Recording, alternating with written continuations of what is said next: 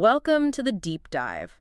Ever stop to think why we obey some rules, maybe even happily, but others just rub us the wrong way? Yeah, that feeling of should I versus do I have to. Exactly. Today we're getting into something fundamental: power and authority. These aren't just, abstract ideas, they're the invisible architecture of society. Absolutely. They shape everything from governments down to, well, even family dynamics. Our mission here is to really unpack these concepts. We want to understand why sometimes people comply willingly and other times not so much.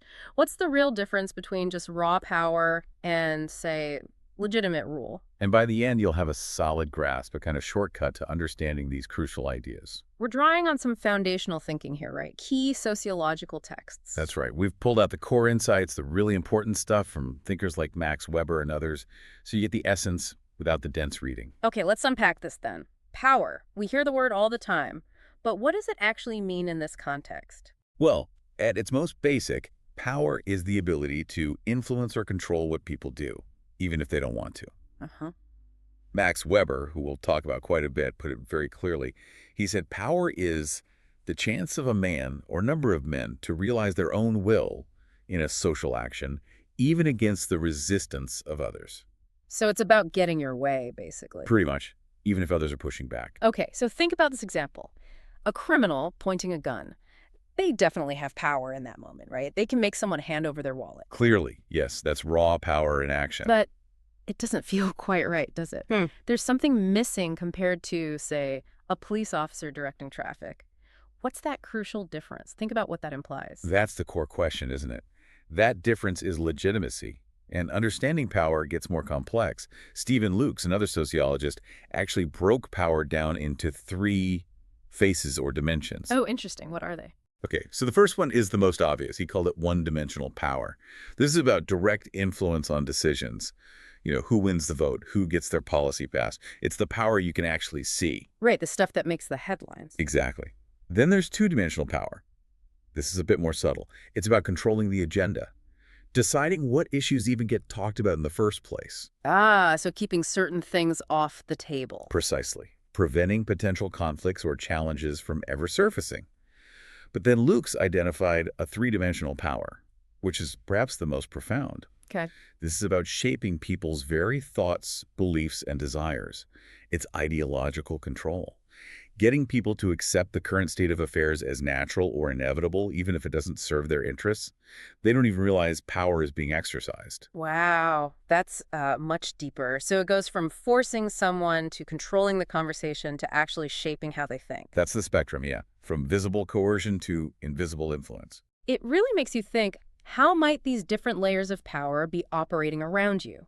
In the news you read, the workplace, maybe even online. It's everywhere once you start looking. So that criminal with the gun, pure power, but no legitimacy. We feel that instinctively. What flips the switch? What makes power feel acceptable or even right? That's where authority comes in. Authority is basically power that people accept as legitimate. Accepted power. Okay. Weber, again, had a concise definition. Authority is power accepted as legitimate. It's not just about having the muscle. It's about others agreeing you have the right to use it or the right to command. And why is that acceptance so important? Because it changes everything. When power becomes authority, you get compliance mostly without needing force. People follow the rules, obey the leader, not because they're scared, but because they believe it's the right thing to do or that the system is valid. Right, it creates stability, predictability. Exactly. It's the foundation for stable government, for functioning institutions. It's just much more efficient and less costly than ruling by fear alone. Imagine if every traffic law needed a police officer with a gun to enforce it. Total chaos. Okay, so authority is legitimate power. Here's where it gets really interesting, right? Weber didn't just define it, he broke it down. He did. He identified three main types or sources of legitimate authority. These explain why people accept rule. Let's hear them. First, there's traditional authority. This rests on established beliefs in customs, traditions, the sanctity of age-old rules and powers. Think, we've always done it this way. Like a monarchy. Exactly. The source material points to the monarchy in Saudi Arabia as a prime example. Legitimacy comes from inheritance, from history, from sacred tradition. Got it. What's the second type? Charismatic authority. This is totally different. It depends on the personal qualities of the leader. Their heroism, their exceptional character, their sort of magnetic charm or divine inspiration. So it's about the person, not the tradition. Absolutely. Think of figures like Mahatma Gandhi or Martin Luther King Jr. People followed them because they were personally inspired by them, by their vision and their perceived extraordinary qualities. It's powerful, but often unstable because it rests on one individual. Makes sense. And the third. The third is legal rational authority. This is the basis for most modern states. Authority here comes from a belief in the legality of enacted rules and the right of those elevated to authority under such rules to issue commands. So it's about laws and procedures, not tradition or personality. Precisely. You obey the office, the position like a president or a judge or a civil servant because you accept the legal framework that grants them authority. The bureaucracy in modern states like India, for example, operates largely on this basis. The Constitution, the laws, the civil services, their power is seen as legitimate because it's grounded in these established rational legal rules. It's amazing how much of our modern life runs on that legal rational system. We trust the process, the rules, even if we don't know the people involved. It allows for complex societies to function predictably. Okay, so Weber gives us this really useful framework. Traditional, charismatic, legal, rational. But he's not the only one who thought about power, right? Other thinkers had different takes. Oh, definitely.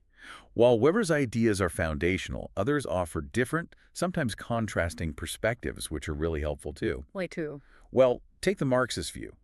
For Marxists, power is fundamentally tied to economics. The ruling class, the ones who own the means of production, hold the real power. And the state. It's basically seen as an instrument to maintain their dominance. So for Marx, it's all about economic control determining political power. Largely, yes. Uh-huh. That contrasts quite a bit with the Weberian view we've discussed. Weber agreed economics mattered, but he saw power as more dispersed. He talked about class, yes, but also status as social honor or prestige and party political organization. For Weber, power could flow from different sources, not just wealth. So Weber's picture is a bit more complex, maybe? Less focused solely on economics? You could say that, and then you have thinkers like Michel Foucault, who offered a really different perspective again. Foucault argued that power isn't just something held by the state or the ruling class. Yeah. He saw power as, well, everywhere, diffuse, operating through all social relationships. Everywhere. What does that mean? He meant it operates through knowledge, through discourse, the ways we talk and think about things, and through institutions like schools, hospitals, prisons. These systems subtly shape how we behave, how we see ourselves, what we consider normal.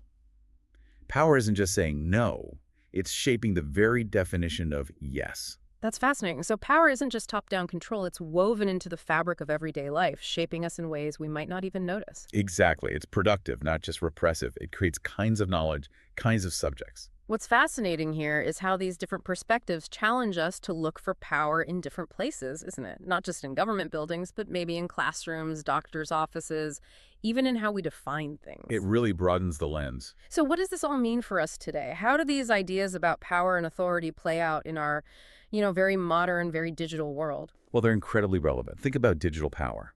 We now have algorithms shaping what news we see, what products are suggested, even influencing public opinion in ways that are really opaque. Right, the filter bubbles and echo chambers we hear about. Exactly. And our sources mention Shoshana Zuboff's concept of surveillance capitalism. This is the idea that our personal data isn't just being collected, it's being used to predict and subtly modify our behavior for profit. It's a whole new dimension of that invisible three-dimensional power Luke's talked about. That's a bit chilling, actually. Power operating through code and data. It is. And alongside that, many argue we're facing an authority crisis. There seems to be a growing distrust in traditional institutions, government, the media, experts, you name it. You definitely see that reflected in surveys and, well, just conversations. When that trust erodes, you get what's called a legitimacy crisis. People stop believing in the right of these institutions to rule or to guide society. This makes governing, solving collective problems incredibly difficult. So the acceptance part of authority starts to crumble. Precisely. Which can lead to instability or demands for radical change. It really urges you, the listener, to think critically about the information you get online, doesn't it? And maybe question where the authority behind certain claims actually comes from. Being aware is the first step. Okay, so to wrap this up, we really dug into the difference between just having the ability to make someone do something that's power And having that ability accepted as right or proper, that's authority. Right. Power is raw ability. Authority is legitimate power.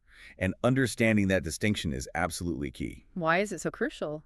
Because it unlocks so much. It helps explain political stability, why people obey laws,